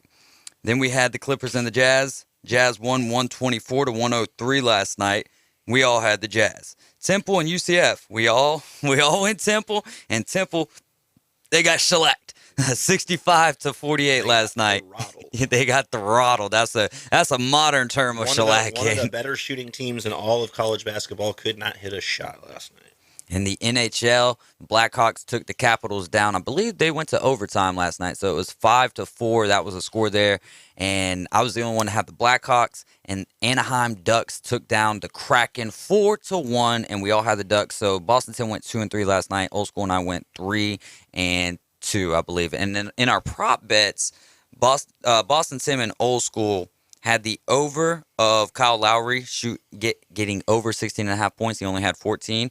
But they had the under of Nikola Jokic having under 12.5 rebounds. I had the over there. He only had 11 rebounds. So Boston Sam and Old School went 1-1 on the prop bets. I went 0-2. Which I thought we were going to lose because he had 10 rebounds after the third quarter. Yeah, no. So going in 12 minutes left in a relatively decent game, you'd assumed that he'd have gotten at least 3, and he didn't. So that's a great point. Let's get into this game tonight. The Chiefs at the Chargers. Chargers are 3-point underdogs at the house tonight. Boston Sim, let's start with you. Who do you like out of the Chiefs and the Chargers? Well, I mean, both teams are playing really well, right? I mean, good win streaks for both teams, decent teams that they're beating. Both defenses are looking good. It's a really tough one. So in this particular instance, I'm just going to go with the home team. I'm not personally putting any money on it tonight. I will be betting the over, and I will be betting some prop bets. There we go, Old School. So, wait, who are you picking? Chargers. You're taking the Chargers. Old School? Well, I'm kind of confused about this one because, they handled the Chiefs so easily early in the season, but the Chiefs defense wasn't where it is today. So I think it'll be, I was really leaning Chiefs way until we had Chris on. Now I'm starting to waver, so I'm going to switch, which is what I do well. I'm going to switch and switch it up. I'm going to switch it up. Switch teams. I'm going to switch over, and I'm going to take the Chiefs tonight. Not my pawpaw. Oh, man, he talked you into the Chiefs tonight? I thought, if anything, he would have talked people over to the Chargers tonight. I like where the Chiefs are at, so I'll stay with the Chiefs. This one's a real tough one for me. I was leaning Kansas City before, Chris, and now am I headed over to the Chargers' way? Is it going to be an odd week for the Chargers where they go off? Because normally we're seeing them go off in even weeks. If you have a big night from Herbert tonight, like the thing that I was going to bring up, the schedule of the Chiefs, and it's like, yeah, they've been beaten up on teams, but they barely got by the Packers without Aaron Rodgers. They barely got by the Cowboys in a down week for the Cowboys, beating them by 10 points. So they haven't really looked that well outside of the Broncos win, beating the Broncos 22-9, and then putting 40 up twice on the Raiders. We're at the house. Give me the Chargers. Let's go to the next game. A little college basketball action for you. Appalachian State taking on number 2 in the land, the Duke Blue Devils, who need to cover 21.5 points. Old School, will Duke win by 21.5? I think that would be a low number for them. So you got Duke. So I got Duke well over 21.5. Boston Tim? I would really like to think that Duke is going to win by that much, but they've been having some relatively tight games that they shouldn't have. Campbell being one of those games, being only 10 points. Okay, and then, Lafayette, another one. Or not Lafayette, excuse me, but Citadel. I'm going to go under. I'm going to say no. All right, so you're taking App State. Yes. I'm taking Duke by 30. I'm going to go Duke on this one just because I'm starting to love that dude's name. I haven't even got to watch him a whole lot, but Paolo Banchero. Is he playing tonight? He should be. All right, No then reason he's not. Well, I I'm hope so. rolling. Otherwise, I may be switching. All right, Doesn't I'm say rolling anything about with him the being out. Duke Blue Devils. Let's go over to the NHL. We have the Vancouver Canucks and the San Jose Sharks playing a little ice hockey tonight. Not seeing too much on the injuries. Canucks are missing defenseman Luke Schenn. They've got some other injuries on there, but I know Luke Schenn is one of their top defensemen over there. So who do you like, old school? The Sharks tonight are favored by, they're a 125 favorite. They're a 125 favorite, And they're Sharks? at the house, yeah. I mean, wasn't hockey kind of developed in Canada? Yeah. That's how I wanted to ask Chris about hockey. I mean, come on. It's funny. I'm taking the Canadians, eh? So I'm going with Connect. You're going with the Canucks? I am. All right. Hey? I'll go, give me San Jose here. Oh, don't Boston you know Tim? you got to go with the Canucks. You got to go with the Canucks. Vancouver, hey. All right. We'll see how that works out. But yeah, I did. Actually, my initial request to Chris was because he was up in Toronto. I was like, hey, let's talk a little hockey. He was like, I might be from Canada, but that's just not my go-to sport. It's actually NFL and PGA that he really covers. So I know. Right, but he did 15 years. Yeah. of hockey. Well, he probably just worn out on it. He's like, man, let's I talk just wanted football. his opinion on whether or not, there was just 2 weeks ago, there was the quick little thing where Arizona might be selling the team. And it's like, well, as a Canadian, where would you prefer if Canada had the opportunity to take and buy that team or that name and move to Canada? What would be the ideal place outside of where we've already seen teams to have a new franchise be developed? And that's just my question to somebody who personally lived in Canada. And that doesn't necessarily have anything to do directly with hockey, but with the team and then, of course, his country. Maybe next time I'll get him on that one. Yeah, I mean, I don't have a problem with asking. I just wanted to keep our first one under the parameters that we said our parameters were going to be. Yeah, no sir, or no doubt. Kings at the Panthers tonight. We're in South Florida, Sunrise, Florida for this game. The Panthers are 14-2 at the house. The Kings are 4-3 on the road. Old school, who do you like to win this one? I will take the Panthers. Where do I live? Who you got, Tim? Yeah, sweep it out. Yeah, I'll take the Panthers too. The Kings played a very tough game of hockey with the Lightning the other night. They went to overtime. Lightning got it done there in overtime. But the Panthers they're a strong team this year. Did you say cheaters? Who? I know you're talking with that hat on your head. Let's go to the hardwood floor here. Cheaters in New England. The only cheaters that used to be in New England, they took off. They cheated out of contract and took themselves down to Florida. Okay. What if? Let's go 76ers at the Nets. Nets are actually a 1-point dog in Brooklyn tonight. Boston Tim, what do you think we'll see from this game and who's the winner? I don't know why. I don't like that myself. I'm going to go with Brooklyn and absolutely take the points, No James Harden for the Nets. Perfect. Not seeing too many injuries or COVID statuses for the 76ers that would affect the game. So you're going with the Nets? Yeah, another triple-double out of Durant will get it done. Ooh. What you got, old school? Who does KD play for? Brooklyn Plays Nets. for the Nets. Mm-hmm. So you're going Brooklyn? I'm going Brooklyn. All right, well, give me the favorite then. Give me the 76ers. Vegas knows something. I don't know what it is that they know, but I'm going to roll with them. Give me the 76ers on the road. And it doesn't help that Brooklyn had to go to overtime the other night with the Houston Rockets. That's not a team you want to be playing extra time with, no doubt about it. Wizards and barely got the W. And barely got it. I think it was 131-129. Yep, yes sir. Wizards at the Suns. Suns 9-point favorite here at the house, but the Wizards have been playing a good brand of basketball this year. Boston Tim, what do you think about this one? The Wizards have been playing decent basketball. I absolutely agree, but not over the course of the last 2 weeks. They're 3-7 in the last 2 weeks. I believe they lost their last 3 or 4 games, where it's pretty much the opposite for the Suns. They did lose the game before last, but before that, I believe they were on an 8-game win streak, putting them at or a 7-game win streak, putting them at 8-2 over the last 10 games. So absolutely, I'm going with the Suns, and I think they'll easily cover against Washington, especially at home. Old school. I'll take the Suns. I just think that they have too much talent, and as Tim said, I think they're on a better roll than the Wizards right now. I'm not going to put myself on an island in back-to-back NBA games. I'll sweep that out with you guys, and I'll take the Phoenix Suns as well. And you got to listen to Boston Tim on his NBA knowledge because he does a great job keeping up with it. Let's get in some prop bets revolving around Thursday Night Football. Who has more passing yards tonight? Patrick Mahomes or Herbert? What you got, Tim? I like Herbert to have more passing yards tonight. I think that while it's not the normal offensive scheme for Kansas City, I think they will be handing the ball off a little bit more to Clyde Edwards-Helaire. So I'm going to go with Herbert. Old school? Darn. Well, I was going one way until you mentioned the fact that Helaire, I don't even think he played when they last played. So I was going to go with Mahomes, but I'll switch.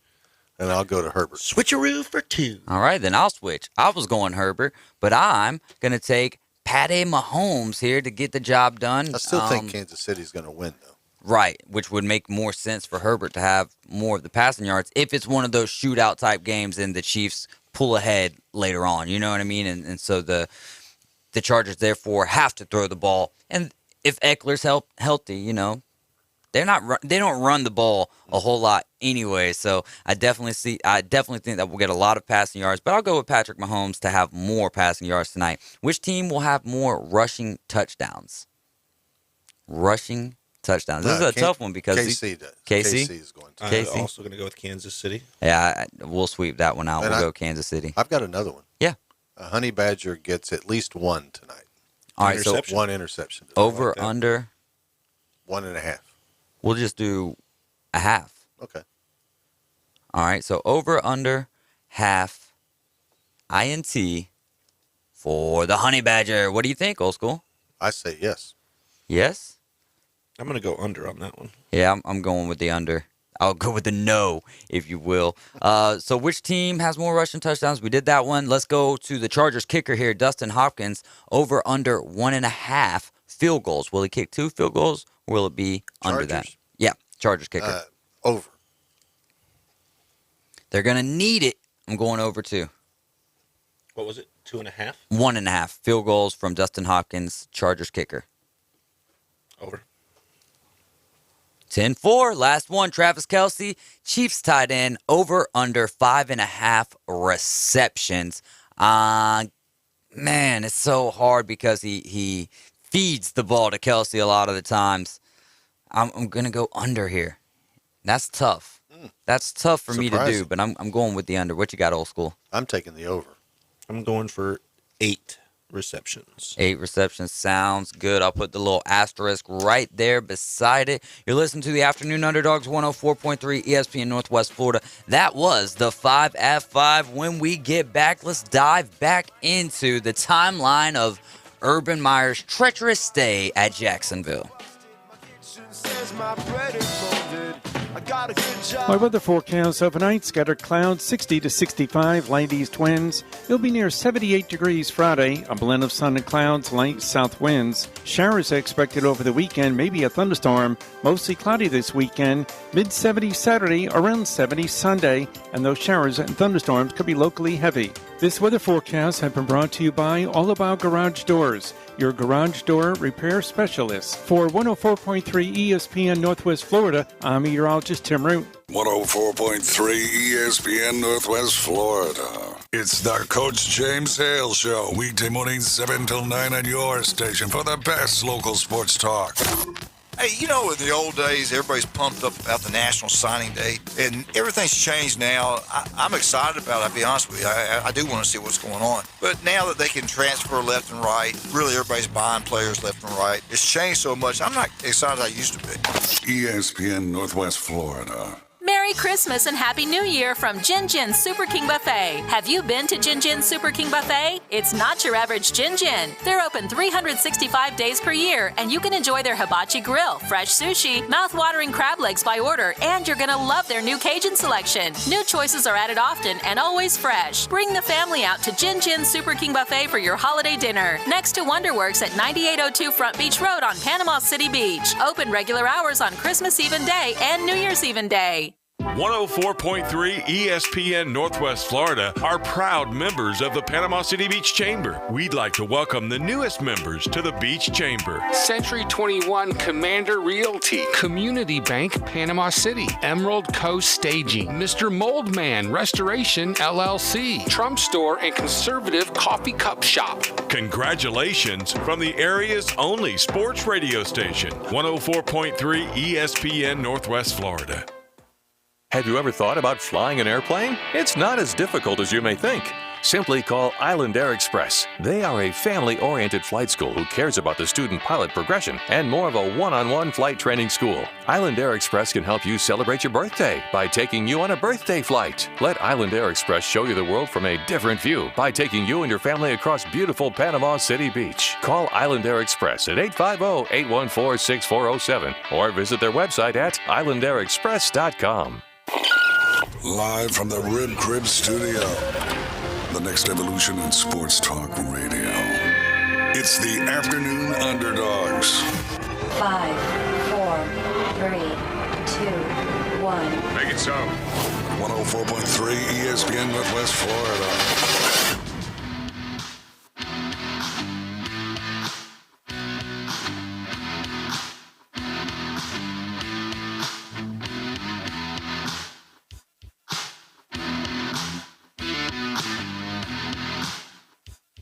Welcome back into the Rib Crib Radio Room. You're listening to the Afternoon Underdogs. That's 104.3 ESPN Northwest Florida. Chiefs and the Chargers coming up about an hour after you're gonna get Paul Feinbaum for an hour, and then the Chiefs and the Chargers via Westwood One is gonna be great coverage as always. And then this Saturday, triple header: Western Kentucky at App State, BYU at UAB or against UAB, and Louisiana and Marshall. All three of those games Saturday afternoon. So keep it locked in right here to 104.3 ESPN Northwest Florida. So we were talking earlier about the timeline of Urban Meyer, and we got about, I don't know. We got two in. Two in? Two of so the recap those. Hired January 14th. February 11th was with the Chris Doyle debacle, hiring the guy from Iowa who was a strength and conditioning coach. He also had allegations of racism and belittling comments towards numerous players. And then Boston Tim brought up April 29th and the NFL draft where he took Travis Etienne, and that was coming after a year where James Robinson became, or not, I don't want to say became a stud, but had a stud-like year. There's no arguing against that. So now we're here on May 20th, and it's Tebow time. Old school take off. Yeah, Tebow time. After 6 years of being out of football, Urban Meyer signs Tim Tebow, a quarterback. But no, he's not going to play quarterback. No, he's going to play tight end, a position he's never played before. He spent 4 seasons playing minor league baseball. He couldn't hit the curve. So he brought him in, and, we got some humorous clips of him whiffing on blocks, and at the end of the training camp, they cut him. So Actually, he didn't even. I'm not even sure he made it to the end of training camp. Yeah. It's just the first. Yeah, I want to say he only played 1 preseason game because you had he might have played 2. I think he played 2. Because we only had the 3 preseason games, so he did not make it long. What happened July 1st, Boston Tim? Sorry, I lost that. Oh, you're good. So that is the OTA violations where the Jags were fined $200,000. Urban Meyer himself fined $100,000 after the team violated physical contact rules during their OTAs, the organized team activities. 2 other teams and their head coaches were punished as well, but the fines against Jacksonville and Urban were doubled what the 49ers and Kyle Shanahan and Dallas Cowboys and Mike McCarthy received. In response, the Jags said they would re-emphasize offseason training rules as they relate to contact. Boston Tim, August 31st. That's my oldest son's birthday. Happy birthday, Connor. After the Jaguars trimmed their roster to the 53-man limit, Meyer told reporters that he factored the COVID-19 vaccinated status decision into his decision which players that were cut. The NFL prohibits teams from releasing players because of their vaccination status. Myers was quoted as saying, "Can I say that was the decision maker? It was certainly in consideration."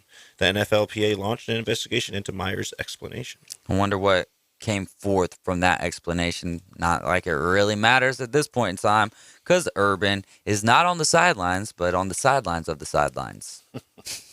And then the infamous bar scene on October the 4th, in perhaps one of the most public missteps in the history of coaching. Meyer, who's married, was videoed with a young woman dancing in his lap at an Ohio bar or restaurant. While his team was traveling home on the plane, he decided to stay instead of riding back with his team. And it went viral in minutes, and Meyer had to apologize to his team. He had to apologize to his wife and family and everybody else. But he didn't do it like a lot of coaches would do and get the whole team together. He did it in little groups. And anyway, it just, and his owner came out and said he's going to have to earn, when your boss says, you're going to have to earn back our trust. And respect. And respect. And respect. Respect being the key phrase there. You would think the man might learn something. Oh, you just never know. I mean, where I come from, up in New England, a grinder is like a sub sandwich. In Ohio, it's apparently an entirely different thing. It's a whole different thing. So it's hard for me to, I'm trying to put it all together still. It's been months. Oh man, that is some good stuff. Yeah, it doesn't missing the team flight and all that good stuff. Me and Old School were watching a video on Twitter earlier where it's got like a flashing of the timeline, and every time it's got this. I don't know if you would call him a scientist or an experimenter or whatever in the background. It's just like shocks and explosions happening, and oh, James Robinson's benching this. Now we're getting into this month, and I mean the laundry list is getting longer.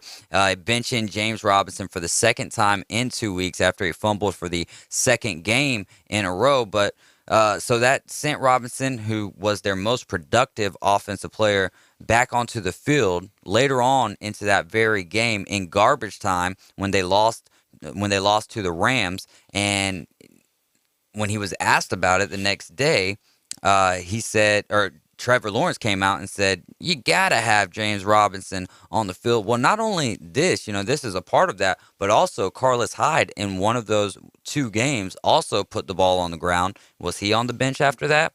No, he wasn't. So now you're not even making sense. December 11th, there was reports of tension. Go ahead and take off with that. Yeah, Boston just Center. last week, a day before the Jaguars took on the Tennessee Titans, NFL Network reported that Myers had several run-ins with players and assistants. Sources said Myers frequently lashed out at his staff, questioning their assistants' resumes and calling them losers while pinning a large share of the Jaguars' struggles on them. Myers also reportedly angered veteran wide receiver Marvin Jones to the point where he left the team facility and needed others to convince him to return. Myers denied the report and threatened to fire whoever was responsible for these supposedly false leaks within seconds if he discovered who the source was. So, I mean, just consistently lacking control, not only of his team, but of course of himself. Yeah.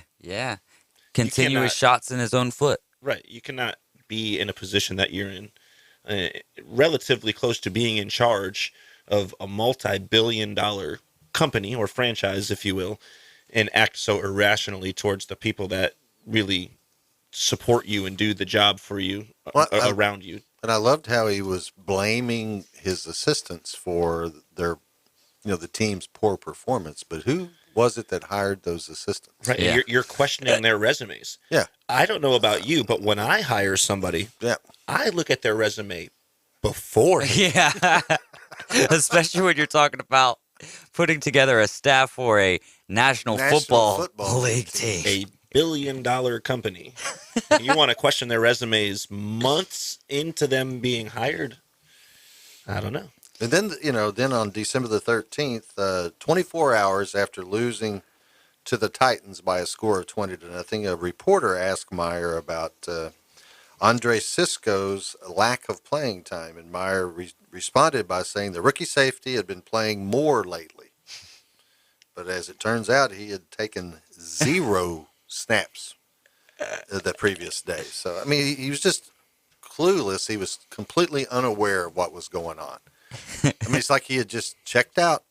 He's done. It reminds me of myself sometimes, but I don't make $10 million a year. Right. It's a little bit different in my world. There's no doubt about it. Float on the cloud I want to float on. And then this is where I guess it all unraveled. Came to, yeah. Yeah, Josh Lambo's allegation yesterday and what perhaps, like we said, marked the final straw. Lambo, who used to kick for the Jaguars, told the Tampa Bay Times that Meyer addressed him as, I can't say it on air, but dip, bad word. You fill in the blank from there. Dip poopers. There you go, dip poop. Dipstick? Yeah, dipstick. He called him a dipstick. I like that. That's a great way to put Close it. enough. Kicked him in the leg while he was stretching during during training camp. Lambo said the kick certainly wasn't as hard as he could have done it, but it certainly wasn't a love tap. Truthfully, I'd register it as a 5 out of 10, which in the workplace, I don't care if it's football or not, the boss can't strike an employee. And for a second, I couldn't believe it actually happened. Pardon my vulgarity, I said, but don't you ever blank kick me again. And his response was, I'm the head ball coach. I'll kick you whenever the blank I want. It's unbelievable. I mean, it's Am I reading this right? It's just unbelievable. But what it shows is the difference between being a head coach at a college team where you are the dictator. Yeah. Right. And you are in control of everything. And you're dealing with a bunch of 18 to 22-year-old young men who are scared of their head coach. And in this case, you're dealing, when you move up to the professional level, you're dealing with grown men who are not afraid to speak out and are not intimidated by you. And you're trying to treat them like you did the poor saps that played for you while you were at Ohio State and at Florida. I mean, it really goes to show just how tough Urban Meyer is to be able to shoot yourself in the foot so many times and you still be able to use that foot to kick one of your players while he's down. Good job, Urban. I mean, it's unbelievable. It really is. I mean, and we've seen other coaches, step on things, but this one he just kept doing it over and over, but he just wouldn't. His ego would not allow him to just step back and do a little self-evaluation and realize that, hey, you know what? I'm a jackass. Mm-hmm. Yeah. And I didn't realize maybe I was, but it's now just been proven out that he was or he is. Yeah. And, it goes to show we had that great journalist on that works for the Jaguars a couple of months ago. Sam Kavaris. Sam, and he's exceptional. We've had him on a couple times, actually, and I mentioned to him then that I thought that, Urban wouldn't make it through the season and what his thoughts on that were. And he thought, because he's so close with Shad Khan that he would make it through. And I'm glad that Khan made the decision, regardless of whether or not they have become close personally, that he had to do something that was best for the team. Mm-hmm. Because, hiring him and dealing with all the things that he's done with has been bad enough. The tenure that he's had as the owner has been relatively poor. You have to make a big and strong decision like this sometimes, and now is a good time to do it. So what's next for Urban here? I mean, obviously he's not going to be coaching for the rest of this year, but is he going to make it back to the college level? Will we ever see him at a place like Bowling Green? Would it be, where does Urban fall now? I think he got a DM from Phillip Rivers. He's going to be coaching down here in Alabama, in the high school team next year, undefeated. He has to be with a good team. Yeah, you got to be with a good team. Can't go to another loser. No. I think that Urban will sit out one season, and he will focus on his family. And his health. And his family. And his health. And his health. And then he'll end up back on television. Even today, Colin Cowherd was not defending him, but saying, he's really good on television. Agreed. And maybe he was. Yeah, but which network? I mean, I guess you absolutely have to take a year off before network. Yeah. Like, is a network nobody's gonna touch him for a year. I don't care how good you are on camera or whatever. Like, well, I guess sometimes the negativity sells just as well. But all of these things has happened. I think that he will end up kind of like what Rick Pitino did. He's going to disappear for a while. Pitino went overseas and coached European basketball for a while. I think Urban Meyer is going to hang out in Florida. He and Tebow will have, hot dogs on a regular basis and, because they're neighbors. Mm-hmm. And then I think he'll end up on television. And then eventually maybe he goes somewhere like I don't know, some small school and coaches just for the fun of it. Well, I like what Kyle Albritton says. Urban can be an assistant on Michigan Eddie's Little League squad. So there you go, man. And really, we can say whatever Josh Lambo, it could have been all of the things combined. What it really boils down to is the last team that they played was the Tennessee Titans, who ended the New England Patriots dynasty with Tom Brady. Who was the last team that Tom Brady played against with the Patriots? The Tennessee Titans. They killed the Vrabel clock stoppage, yeah. clock winding in the fourth quarter there. Was that the AFC Championship? Yes, it was. No, it wasn't AFC Championship. It was divisional game to go to the AFC Championship. Oh, man. But I don't think we can blame it on anybody other than he's got to blame it on himself. Oh, yeah, no doubt. I was just trying to give my team some shine since Chris knocked them all the way down earlier. Sit out next year. I just don't see it. I just don't feel like Shad knew coming in all the drama that he had at Ohio State, the drama he had at Florida, the coming, the leaving, the not caring, the bad judgments, the poor decisions, the winnings, the losings, the upfalls, the downfalls. He's been consistently inconsistent as an individual, let alone a coach, through his entire tenure. I just don't see how, everybody else has said, who cares? I'll sign him as a coach. I'll sign him as a broadcaster. It's going to happen again. I'll be very surprised if it doesn't happen by the draft. You're listening to the Afternoon Underdogs, 104.3 ESPN Northwest Florida. When we get back, we'll get into our dogs and locks. I'll put some juice boxes on that. I was going to say, you better talk to Mrs. Old School before you say that. Talking to the wrong one, son. When we get back, we're going to get into our dogs and locks. Stick with us. ESPN Northwest Florida. The Dan Patrick Show, weekdays from 9 till 11. Steph is approaching 3,000 made threes. And you start to do the math here and you go, okay, what's he going to end up with and who can catch him? James Harden's not going to catch him. Now you could say, well, Trae Young. But I wonder if anybody's going to approach this, whoever's approaching this, is probably in grade school right now. The Dan Patrick Show, weekdays 9 to 11 on ESPN, Northwest Florida. At Tyndall, we love to see our members face-to-face. Video chat with a Tyndall representative to do almost anything you do in a branch. Open a new account, apply for a loan, order a debit card, or just say hi. Download the Tyndall Video Banking app today. Hi, I'm Bobby Likas with today's Car Clinic Minute. Making it to work on time may be hard, but the journey itself doesn't have to be. When I come back, I'll provide some commuting comforts that'll make your 5 o'clock horses easier to ride. The Car Clinic Minute. It's Bobby Likas Car Clinic, brought to you locally by Hewitt Tire and Auto. Call 850-769-7323. Your certified AAA service center and hometown towing. Visit them online at HewittTire.com. On Airport Road in Panama City. That's 850-769-7323. Hewitt Tire and Auto Center and hometown towing. So what creature comforts do commuters crave in their automotive beast of burden? Per Edmunds.com, comfortable seats and well-designed cup holders make the ride in the saddle physically cozy, while in-dash CD players and wheel-mounted radio controls allow ample entertainment with minimal hassle. In-console PowerPoints and hands-free voice-activated phone systems make it easy for office-bound pilgrims to do a little business before they arrive. And since feeding the horses under your hood can take the gold right out of your saddlebags, good gas mileage can really make a difference between an old gray mare and a red-hot pony. I'm Bobby Likas. Like us, you'll love us. At Tyndall, we love to see our members face-to-face. Video chat with a Tyndall representative to do almost anything you do in a branch. Open a new account, apply for a loan, order a debit card, or just say hi. Download the Tyndall Video Banking app today. Live from the Rib Crib Studio. The mission? Your mission, should you decide to accept it. Save the panhandle from boring cookie-cutter radio. Now back to the Afternoon Underdogs. The state will self-destruct in 5 seconds. 104.3 ESPN Northwest Florida.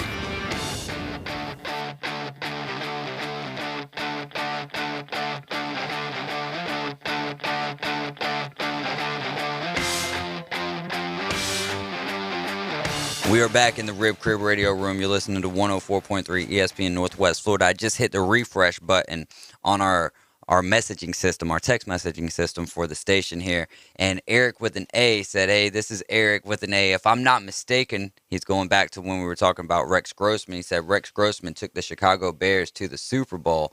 He did take them to the Super Bowl. That didn't go well for him. It didn't go well for him. They lost to the Colts 29-17. But you're absolutely right. And he said, I'm just saying, I wish I could have taken a team to the Super Bowl. I'm right there with you, Eric. If I could be Rex, I'd be, hey, I'm not beyond it. I was just saying that's one of the guys who stuck out.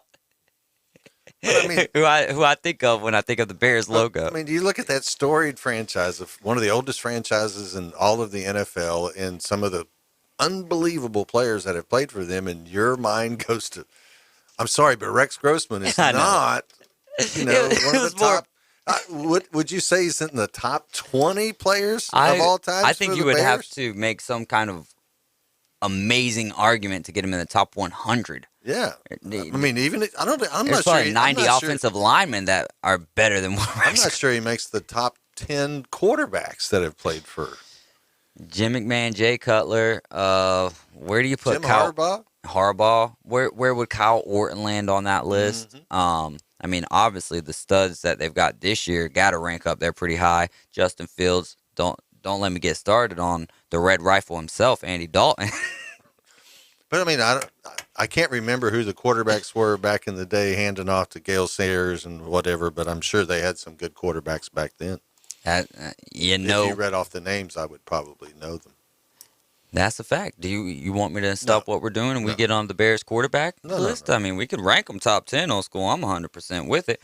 Or we can get into our dogs and locks for this weekend. And let's start with you, old school. Start us off with your lock.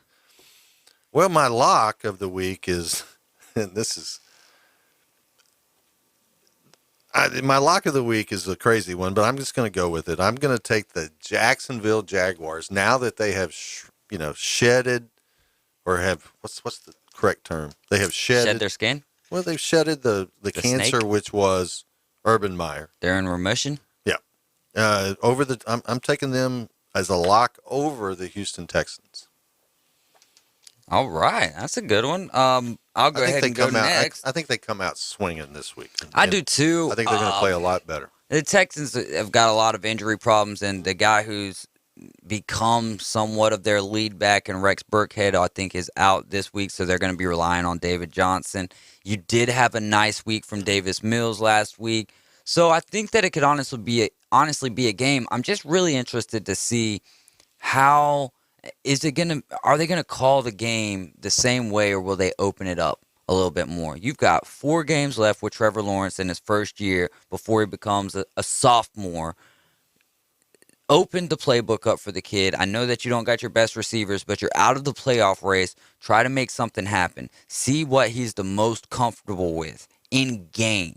Don't worry about practice. I mean, not saying don't worry about practice, but open him up in games, not just in practice. So I like that one, old school. For locks for myself, I'm going with the big spreads here. I'm going to take the Cardinals against the Detroit Lions. Now, you did have Chris earlier saying that both the running backs are banged up for the Cardinals. No DeAndre Hopkins. The Lions are beat up too when it comes to COVID and all that good stuff. So give me Arizona, and they need to bounce back from that loss to the Rams. I'll also take the Cowboys, who are on the road against the Giants, but the Giants beat up with COVID and no Daniel Jones, so I don't think that they have much of a shot in this game. I like Dallas to cover 10.5 points against the Giants in the Meadowlands. And then last but not least, give me Mr. Tovid himself, Aaron Rodgers, 5.5 points. They'll cover that against the Ravens. We'll see. Maybe Lamar Jackson, and it's in Baltimore, but Lamar, if that ankle is ready to go, I know he missed practice today, so he's sitting at a day-to-day designation, but I like Aaron Rodgers and the Green Bay Packers to take care of the Baltimore Ravens. Boston Tim, any locks? Absolutely. I've got 2 NFL locks as we're starting with the NFL.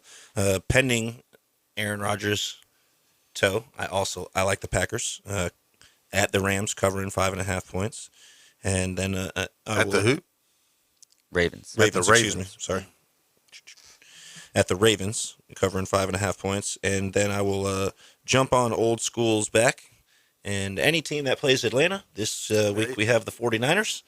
At home, 9.5 points. I will take the 49ers to cover. That's a good lock right there. Oh, that's a good lock. So you have college football locks too? I do. All right. I'll get my two in real quick. Then on my lock side, I'll take App State against Western Kentucky -3, and give me Liberty or give me death. No, I'll take Liberty -9.5 going up against Eastern Michigan in the Lending Tree Bowl. Boston Tim, go ahead. I like that. I am, however, going to go with UAB is going to be at BYU. BYU giving up 7 points. I like BYU to cover against UAB. I also have Oregon State at Utah State, 7.5 points. Oregon State is favored. My lock is Utah State. Okay. Yeah, I've got UAB on my dog side of things. I've got UAB with 7 points going up against BYU. I just love the Blazers in that spot. And then I'm also going to take Marshall without Napier there for Louisiana. I'm going to take Marshall to stick within 5 points of number 23, Louisiana. Dogs for the NFL. Did you already do your dogs in the NFL too? I did not. Okay, all right. What you got for your dogs in the NFL, Boston Tim? Well, my first one is going to be the New England Patriots. After the win streak that we're on, even though we are playing a very solid team, probably the best running back currently with your boy being out in Henry and Taylor. So they are strong, but I just like the way that we've been playing. And I typically do not bet on my own team, but I will take them to this week. Yeah, Saturday. Man. Saturday, especially that evening game with the Patriots and the Colts, that's going to be a fun game to watch. The Browns and the Raiders, which is going to be the 3:30 game on Saturday, could very well be interesting. We've seen the Raiders be sluggish in their last few games. Well, the Browns right now are getting wrecked by COVID. I've probably said that about 4 teams today, maybe more. But they're getting wrecked, and Baker Mayfield nor Case Keenum will be playing in that game due to COVID. I'm glancing over at Twitter, and there is a lot going on in the sports world right now. Golly, and I'm talking, that's leaning towards COVID.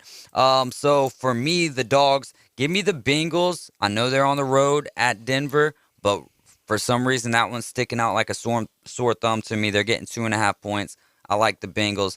And then I'm going on the flip side of you guys. I don't know what it is about these Atlanta Falcons, but lately they've been playing a little bit better some football. I don't like them to win. San Francisco is going to win the game. We're on the West Coast for this game.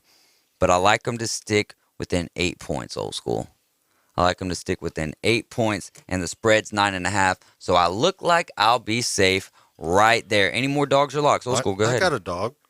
And you and Tim, Dave, y'all get in there and you look at all the stats and you look at the numbers and the betting lines and You like the color of the jerseys? I just do it. I do it the old-fashioned way. I just kind of look at it and go, who had the biggest game last week? Who had the one where everybody's like, oh man, what a huge win? It was the LA Rams. They had a huge win, giant win. When they were predicted to not win. So naturally you're going to have a little reset, kind of, oh man, we're back in it. So I'm taking the Seattle Seahawks at home against the Rams. Seattle, by the way, is 7-6-0 against the spread. Well, does that make you worry any at all about the Chiefs and the Chargers because of how big that Chiefs win was against the Raiders, 48-9? Does that make you second guess your pick tonight? But the Chargers also had an enormous win, so it doesn't scare me as much. But the Seahawks are away. Yeah, the Seahawks are at Los Angeles. Oh my bad. Oh well, I'm sticking with it. I love it. I would also. I'm with you on that one. I can't wait for that game too. Then I'm gonna be. I don't know whose side I'll be pulling on because I wake up every day and go over the picks again. Like, who am I leaning towards today? And then by the time we get to game time, I've old schooled it. I changed from line 4 to 5 times. Nothing wrong with that. Got me a new team. I'm moving to a new place. You're listening to the Afternoon Underdogs. We're going to take a short break. Be back with our last segment of the day.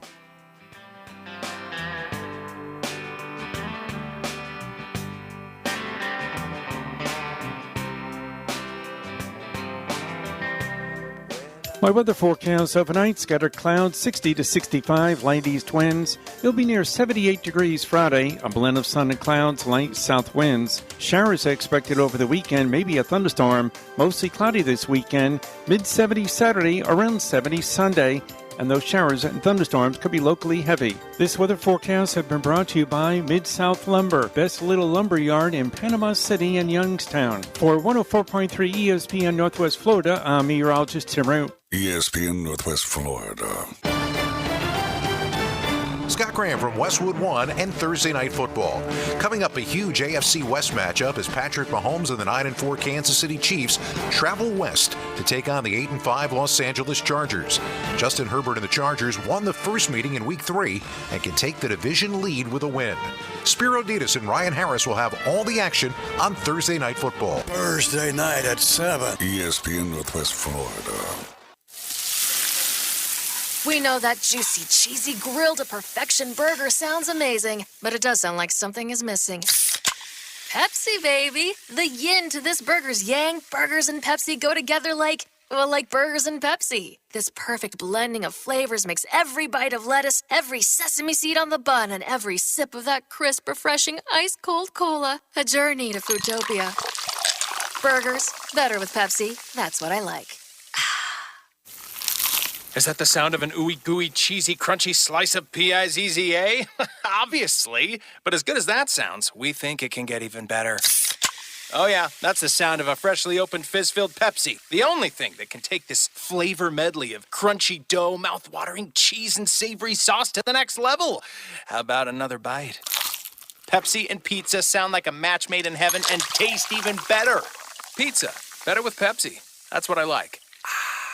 Barbaritos has been committed to serving farm-fresh food since 2000. Barbaritos food is made with love, straight from the heart. Every morning they begin preparing food from scratch, from chopping fresh tomatoes for sauces to mashing fresh avocados for guacamole. Barbaritos cares about food. For a limited time between the hours of 6 and 9 p.m., you'll get a free small creamy cheese dip with the purchase of an entree and a drink. That's Barbaritos on 23rd Street near Hobby Lobby. Barbaritos. We make it fresh, you make it yours.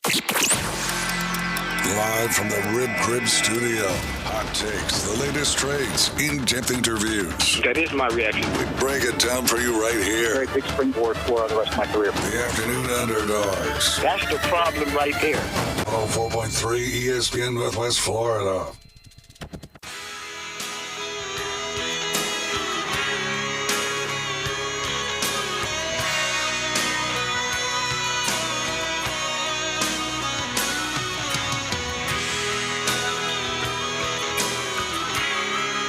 All right, we are back in the Rib Crib Radio Room. You're listening to 104.3 ESPN Northwest Florida.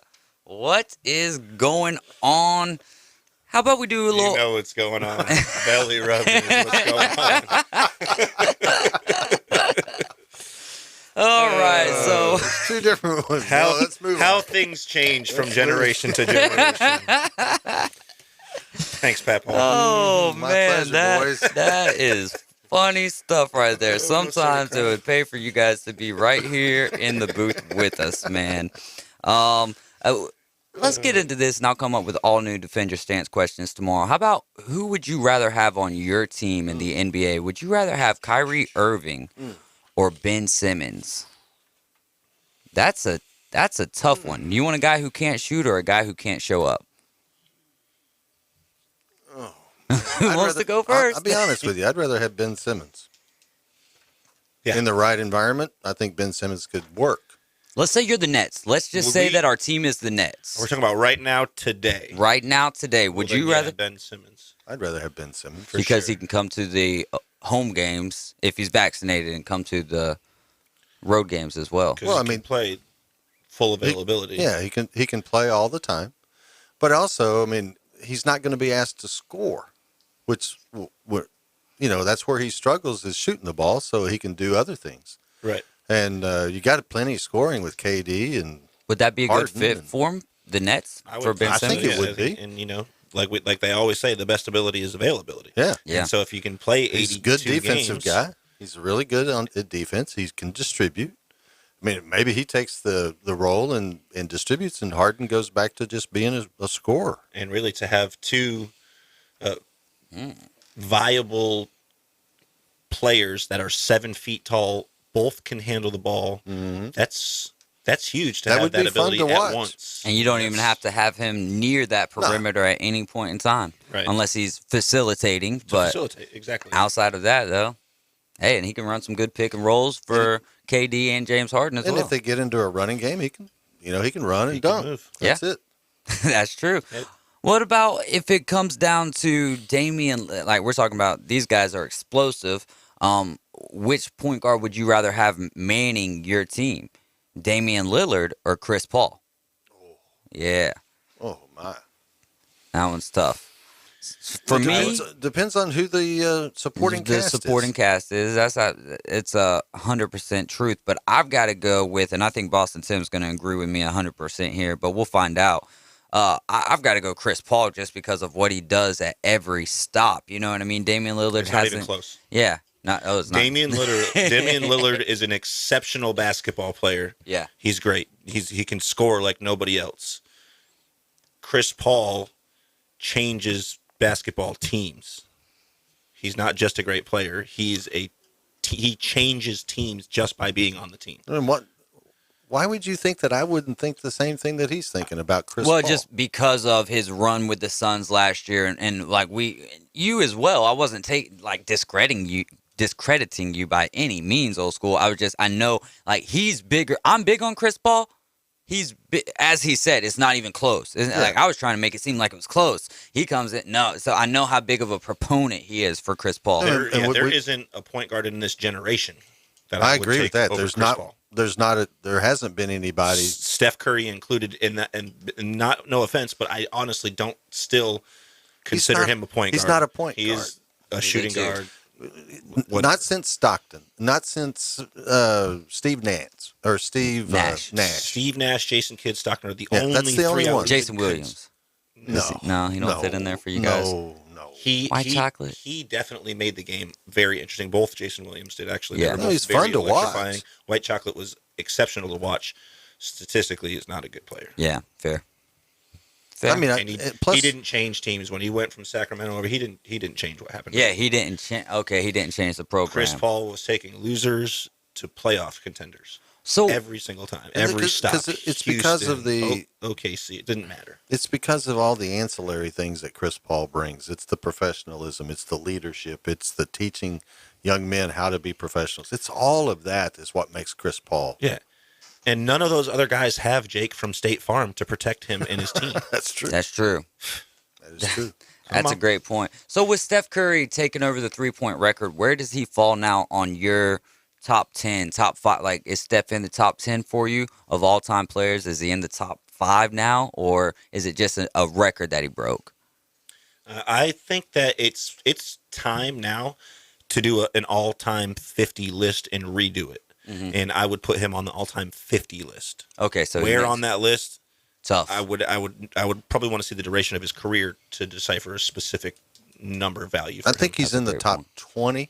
Okay, I agree. But no Somewhere higher in than the teens. Yeah, I would think the upper teens is where he would. Who would fit in better in today's NBA out of Wilt Chamberlain or Kareem Abdul-Jabbar?